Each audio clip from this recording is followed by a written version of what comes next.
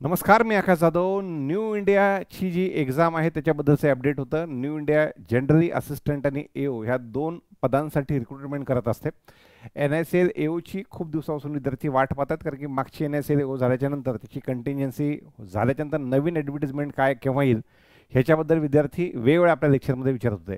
तर NSL एओची recruitment expected आहे. खूप लवकरच ती ॲडव्हर्टिजमेंट जे येणार आहे. तर मागच्या वेळेस काय झालं होतं, NSL एओची ज्यावेळेस ॲड आली होती तेव्हा हार्डली ती 32-35 दिवस, परीक्षेच्या 30-35 दिवस आधी आली होती. तर तसंच ह्यावेळेस पण होऊ शकतं.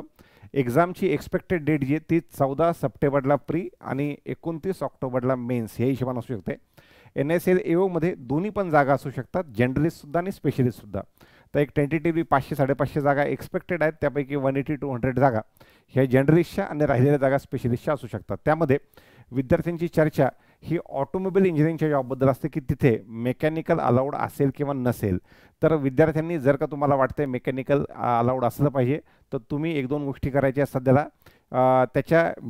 इतर जे एक्झाम स्टेट गव्हर्नमेंट घेतं आणि ज्या ऑटोमोबाईलच्या जागांना मेकॅनिकल जिथं अलाउड आहे, तर अशा गोष्टींचे पुरावे जोडून तुम्हाला ते चेअरमनला, तुम्हाला ते HR डिपार्टमेंटचे जे DGM असतील त्यांना, आणि तुम्हाला ते न्यू इंडियामध्ये ज्या एम्प्लॉय युनियन असतील त्या एम्प्लॉय युनियनच्या हेडला अशा वेगवेगळ्या माध्यमातून पोहोचावं लागतील. त्याच्यानंतर त्या गोष्टीबद्दलचा विचार होईल.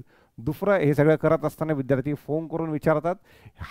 ही वाली सूचना मी फक्त आणि फक्त यूट्यूबवर देईल. कृपया ह्याबद्दल चेअरमनचा ईमेल ID द्या, DGM HRचा ईमेल ID द्या, त्याच्यानंतर एम्प्लॉय युनियनचा कॉन्टॅक्ट नंबर द्या.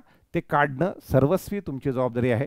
हे मेकॅनिकल इंजिनियरसाठी मी सांगत होतो. जर त्यांना असं वाटते की ऑटोमोबाईलसाठी आपण इलिजिबल असलं पाहिजे तर त्यासाठी तुम्ही हे लोक हे करू शकतात. बाकी एक्झामच्या टेंटेटिव्ह टोटल व्हेकन्सीज 500-550 आणि ऑटोमोबाईलच्या शिवाय इतर जेवढेही स्पेशलिस्ट कॅटेगरीज आहेत त्या सगळ्या कॅटेगरीजमध्ये व्हेकन्सीज जे ते येऊ शकतात. तर 14 सप्टेंबरला प्री आणि 29 ऑक्टोबरला मेन्स हे हिशेबानं नोटिफिकेशन जे ते ऑगस्टच्या फर्स्ट वीकपर्यंत, आतापासून ते ऑगस्टच्या फर्स्ट वीकपर्यंत कधीही तुम्ही एक्सपेक्टेड पकडू शकता. तर हीच माहिती ह्या व्हिडिओच्या निमित्तानं मला तुमच्यापर्यंत पोहोचवायची होती. धन्यवाद.